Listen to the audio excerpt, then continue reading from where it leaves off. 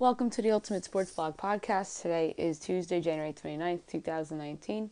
Today I'm going to recap yesterday's college basketball, NBA, and NHL games, look ahead to tonight's games in each of those sports. I'll discuss a big suspension in boxing, Anthony Davis trade talk, what's up with Manny Machado and Bryce Harper, and I'll do my best bet of the day. We'll start in college hoops because there were not many games last night. And we'll just go through the scores and whatnot. Northern Arizona defeats Southern Utah 80-77 in overtime as Northern Arizona goes to 6-13. Southern Utah drops to 9-9. Number 2 Duke defeats Notre Dame 83-61. Another huge win for Duke. They're 18-2. Notre Dame's 11-10. Howard defeats Maryland Eastern 72-57. Howard is 10-12. UMass is 3-20. Coppin State defeats Bethune-Cookman 95-91. Coppin 4-19. Bethune-Cookman 8-13. Florida A&M defeats Morgan State 72-66. Florida A&M's 8-14, Morgan State's 8-13. NC Central defeats Savannah State 82-78. NC Central 10-11, Savannah State 5-15. Alabama A&M defeats Alcorn State 72-61. It's 71-62. Bama A&M's 4-17, Alcorn 6-14. Texas Southern defeats Mississippi Valley State 65-62. Texas Southern 9-11. Valley State 3-18. Alabama State defeats Southern 69-65. Alabama State 8-10, Southern 3-18. Prairie View defeats Arkansas Pine Bluff 79-63. Prairie View 9-11 and Pine Bluff 7-13. Number 16 Texas Tech defeats TCU 84-65. Tech 17-4 and TCU 15-5. And last but not least, in a very impressive 77-47 win for the Baylor Bears over Oklahoma, as Baylor goes to 14-6, Oklahoma drops to 15-6. Tonight's slate is a little bigger. 6 o'clock, you have Ohio at Northern Illinois. 6:30 on the SEC Network. Number 1 Tennessee's at South Carolina. Tennessee's favored by 8.5. Trap game alert. I'm tempted to pick the Gamecocks outright over the Vols. I'm not going to do that. The Vols have been awesome. I'm not picking against the Vols until I feel like it. This isn't Kentucky. This is a much inferior team than Kentucky. I think Kentucky's the only team where I'd pick against Tennessee if Tennessee's playing away from home. I don't pick against Tennessee when they're at home, but maybe I'd pick against them if they were playing at Rupp Arena. But let's say Tennessee wins, but I could see South Carolina staying within the 8.5. So I say South Carolina covers, but Tennessee wins. Number 3, Virginia at number 23, NC State, 7 o'clock on ESPN2. Virginia's favored by 7. I think they win and cover because that's all Virginia does these days. Number 9, North Carolina at Georgia Tech, 7 o'clock on the ACC Network. Carolina's an 11-point favorite. I think they win and cover. Carolina has been playing much better since the debacle of a loss against Louisville. 7 o'clock on ESPN, number 11, Kansas at Texas. Texas is favored by 1.5. I think the wrong team is favored. Texas just lost to Georgia. And I think Kansas gets a much-needed win on the road as a dog. You have Ball State at number 18, Buffalo. Buffalo's favored by 11. I think they win and cover. Fox Sports 1, Northwestern at number 21, Maryland. Maryland's a 7.5-point favorite. I think Maryland wins, but Northwestern stays within the number. Eastern Michigan at Central Michigan. Lipscomb at Liberty. Toledo at Miami of Ohio. ESPNU, Georgia at Arkansas. Arkansas's favored by 7.5. I think Arkansas wins, but Georgia covers. 8 o'clock on the Big Ten Network. Number 24, Wisconsin at Nebraska. Nebraska's favored by 3. Nebraska's season is in a free fall. I'm taking Wisconsin to pull off the upset, even though they're ranked. Missouri State at Valparaiso. CBS Sports Network, St. Joe's at Dayton. Dayton's favored by 9. I think that number's big. But St. Joe's has been bad in conference play, so give me Dayton the win and cover, although I could see this being a push. 8:30 on the SEC Network, you have number 22 Mississippi State at Alabama. Alabama's favored by 1.5, and I think Bama wins and covers. I like how the Tide have been playing of late. Avery Johnson's doing a great job yet again, and I think there's a chance that Bama makes the tournament. They have the win over Kentucky. They went toe-to-toe with Tennessee. I think the community's going to notice that, and I think there's a chance they get in as an at-large. On ESPN2 at 9 o'clock, Ohio State at number 5 Michigan. Michigan's favored by 8.5, and I think they're going to win and cover. That Indiana game is really their turnaround game after a little bit of a bumpy road for Michigan because they nearly lost to Minnesota, and there's been a couple other close calls. So I really think that at Indiana game is really like a turning point for them to go on another good run. So give me Michigan to win and cover. ESPN 9 o'clock, number 7 Kentucky at Vanderbilt. UK's favored by 9.5, and they'll win and cover. Pitt at Clemson on ESPNU. Clemson's a 9.5 point favorite. That's too high. I think Clemson wins, but Pitt covers. Boise State at Colorado State. Boise's favored by 2. I think Colorado State is going to pull off the home upset. 10 o'clock, UC Santa Cruz at CSU Bakersfield, and 11 o'clock on ESPN2, number 8 Nevada at UNLV. Nevada's favored by 9.5. I think they win, but the Rebels cover because that's a rivalry game, so I could see the Rebels showing up and giving them a game. So I'm going to say that the Rebels cover, but Nevada wins because I think the number's a little too high, and Nevada's been a little overvalued of late. NBA. Small slate last night, only 5 games. The Hornets defeat the Knicks 101-92. Much needed win for Charlotte, 24-25 on the year. New York's 10-39. Jeremy Lamb had 15. Kemba Walker had 14. Bench did a good job for Charlotte. Willie Hernan-Gomez, the former Knick, had an 11-11. Tony Parker had 15 off the bench. Malik Monk had 14 off the bench with a couple big three-pointers in the fourth quarter. Kevin Knox had 19 points, so a good bounce-back game for him. Tim Hardaway Jr. had 17 points and 10 boards. He's been playing a little better to up his trade value. And Mitch Robinson off the bench had 10. He's been very good since coming back from injury for New York, showing a lot of promise. The Warriors defeat the Pacers 132-100.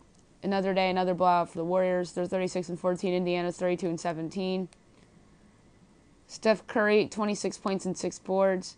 DeMarcus Cousins had 22. Kevin Durant had 16 and 7 assists. Klay Thompson had 16.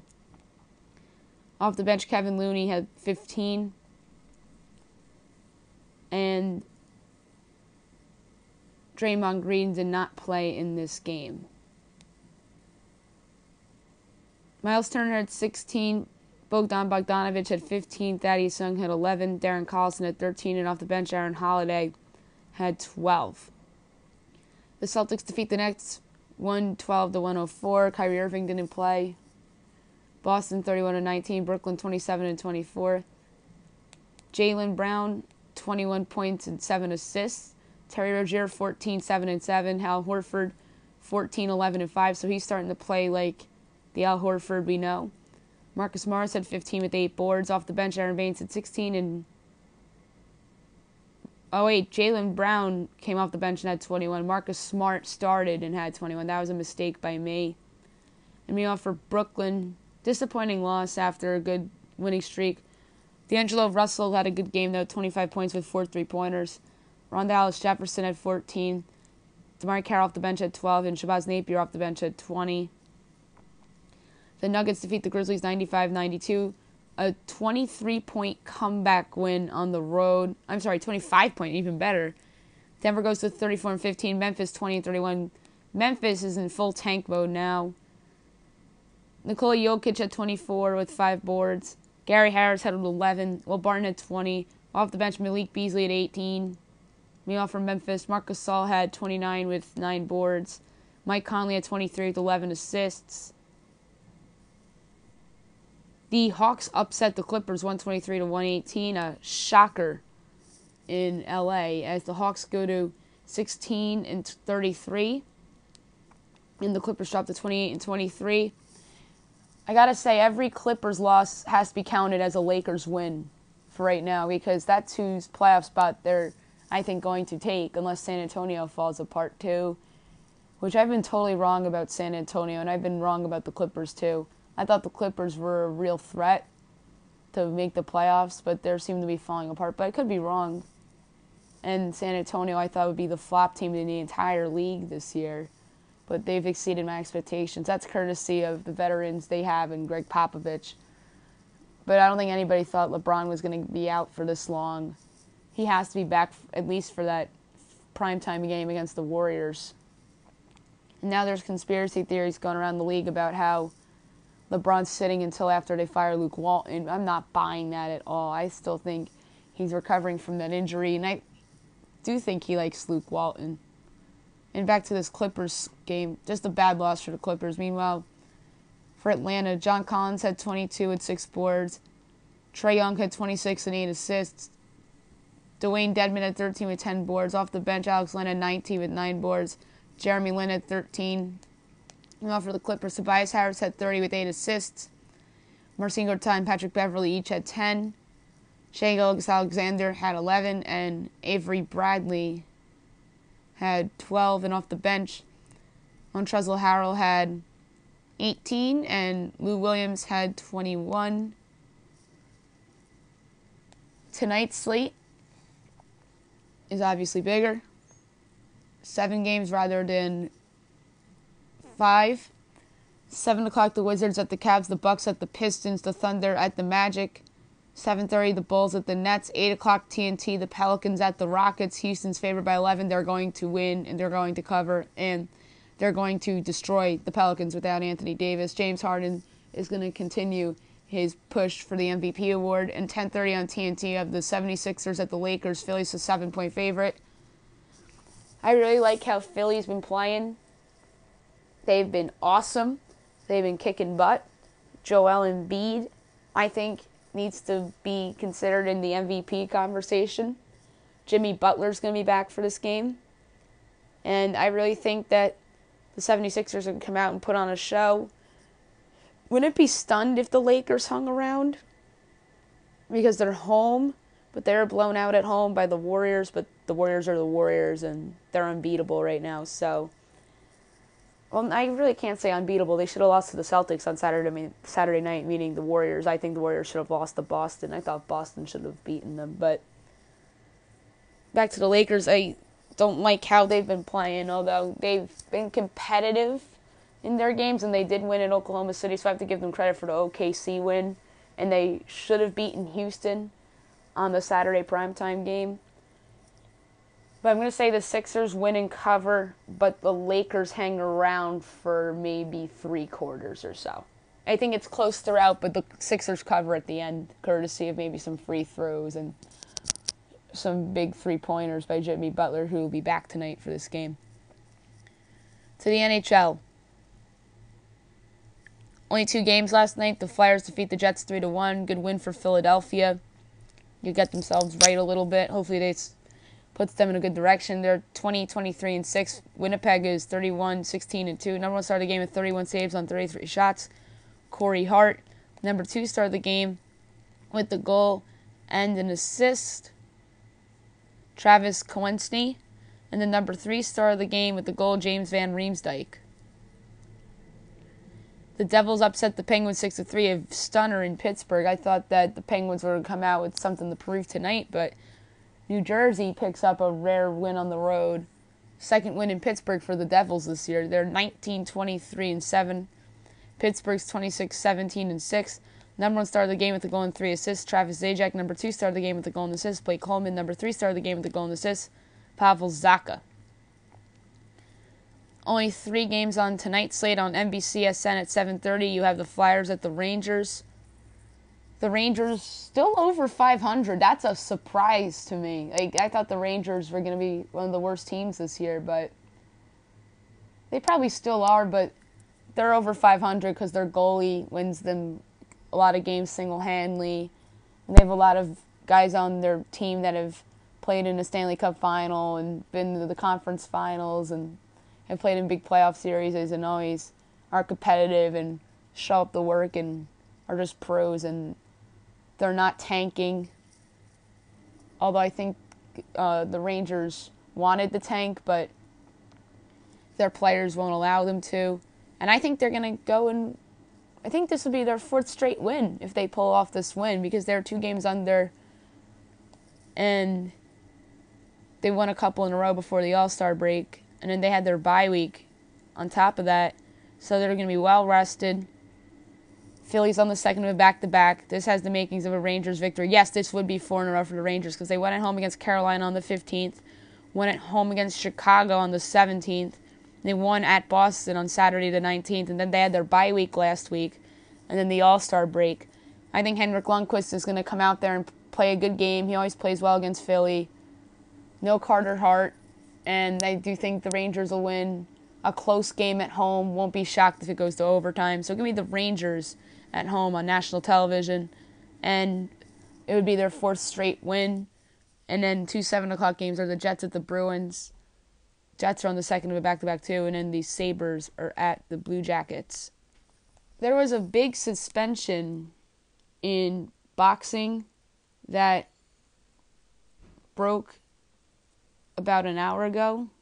Khabib Nurmagomedov got a 9-month suspension and a $500,000 fine for the role in the UFC 229 brawl that took place a couple months ago against Conor McGregor. McGregor got suspended for 6 months.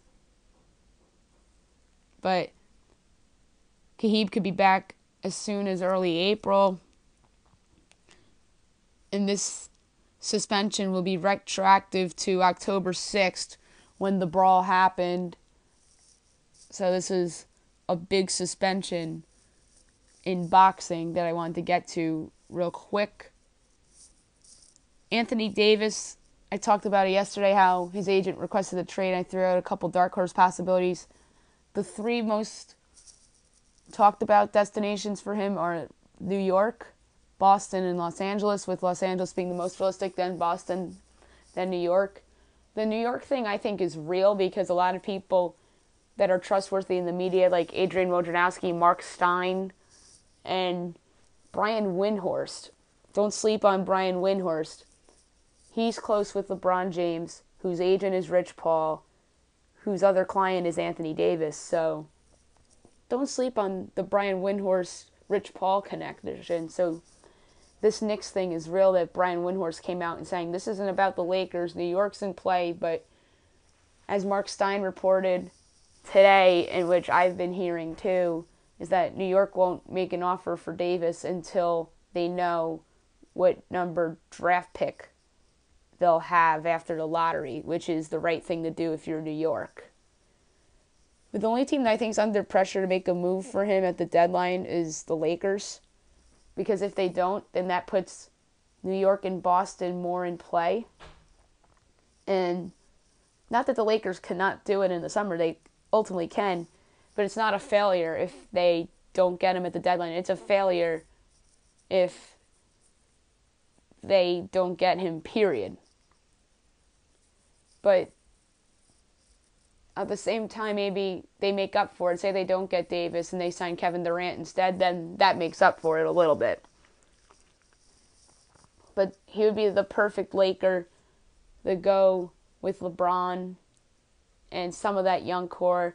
Not all of it's going to be shipped in a possible trade, but some of it we'll see.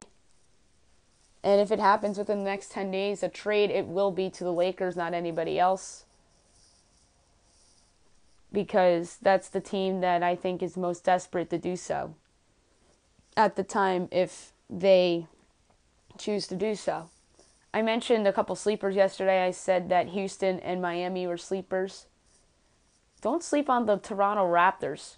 They can build a package around Pascal Siakam, Jonas Valanciunas, their first-round pick, and some other young assets. They have Fred VanVleet, and they could pair Anthony Davis with Kawhi Leonard if Leonard chooses to stay there, and Kyle Lowry and Serge Ibaka. That would be a mega team in the East. And then the other one is Milwaukee, to pair him up with Giannis Antetokounmpo. And then going back the other way, or maybe even a three-way deal, Chris Middleton, I think, would have to be involved. Malcolm Brogdon, Thon Maker, and some future picks, even though they dealt one away for George Hill, which I think was stupid. They should have never traded away a first-round pick for George Hill. He's not a good player anymore, meaning like he's past his prime. I mean when I say that. He's still decent, but he's not worth a first-round pick, is all I'm trying to say. But Milwaukee is certainly a possibility. And then if the Warriors don't re-sign Kevin Durant or re-sign Klay Thompson, then that puts them in play, and they could package Draymond Green and a couple future picks to New Orleans. And then you can't sleep on the Clippers. They have a ton of assets. Montrezl Harrell, Shai Gilgeous-Alexander, Tobias Harris, Jerome Robinson, and future firsts for Davis. I think the Clippers certainly cannot be out of the question. So don't sleep on the Clippers. I do not think Sacramento would be in play, even though they have some enticing pieces. Another team that sometimes would make a deal or their name would pop up would be Portland, because I've heard Portland linked to other big men that are often available, like the Kevin Loves of the world. But if Portland would be in play for Anthony Davis, they would have to trade Jusuf Nurkic and some future firsts and maybe Mo Harkless. Because don't forget, Portland always was like a rumored destination for some of the big men that have been on the market the past couple years for trades. And a lot of experts have been penciling them as a dark horse, so why not pencil them as a dark horse for Anthony Davis? So it should be fun to watch. And the fact that both Milwaukee and Toronto are interested in him is very fascinating. And you can't sleep on Philadelphia, obviously, too. They could package the best asset that there could be, and that's Ben Simmons, who puts up great stats, but he isn't the flashy player, per se, because that's Joel Embiid on that team. But if they build a package around Markelle Fultz, Ben Simmons, and some future picks in Zaire Smith, that can get it done. So don't sleep on Philadelphia either. But I think Philadelphia would be interested in doing it, but I don't know how much they want to part with Ben Simmons. That's what I fear. I fear that they think Ben Simmons is untouchable. It's kind of like New York with Porzingis a little bit. I don't think New York would deal Porzingis, and I don't think Philadelphia would deal Ben Simmons, but you never know. Bryce Harper and Manny Machado, what's up with those guys? How come they're not signed yet? What's going to happen first, Anthony Davis trade or a Bryce Harper, Manny Machado signing? I tweeted that yesterday afternoon, and a lot of people would say Davis trade because of how desperate the Lakers are and how out there Machado and Harper are. The San Diego Padres have been the sleeping giant in this. They're supposed to be meeting with Machado in Miami this week, and they might have an offer for him, and they've been quietly in on Bryce Harper as well. So that's a sleeper team to look out for in the Harper-Machado sweepstakes. I'm talking about the Padres. And then there's rumors yesterday and this morning that there will be an announcement made that Bryce Harper will be signing in Philadelphia, but it's not from anybody notable like Ken Rosenthal or John Heyman or anybody like that. So I'm not believing it until I see it from Rosenthal or Heyman or John Morosi or from the players themselves. So that's something to keep an eye on. And the other thing, baseball news I wanted to bring up, is that the Cincinnati Reds are interested in JT Realmuto and they become like a front runner to land him, that would be a nice trade for them. That would improve their team dramatically. I think that if their pitching lives up to the back of their baseball cards and that could be a 500 team in the NL Central, then that makes arguably 5 not bad teams in that division. You don't sleep on the Pirates because they were 500 last year. Just everybody forgets about that because they're the Pirates. And they traded away Andrew McCutchen last year, and they traded some other guys away, and they're just the forgotten team in that division that isn't that terrible. So that's the best division in baseball, even if the Reds don't pull off that Realmuto trade. And if they did, they'd have a killer lineup. Joey Votto, Realmuto, Scooter Gennett, Nick Senzel will be up. You have Eugenio Suarez and then Puig and Kemp. And you also have Scott Schebler. And then you have Tucker Barnhart as your backup catcher. And I'm not a huge fan of Tucker Barnhart. He had a career year last year. So maybe Barnhart would then become expandable for the Reds to go out and get another pitcher if they were able to land Realmuto.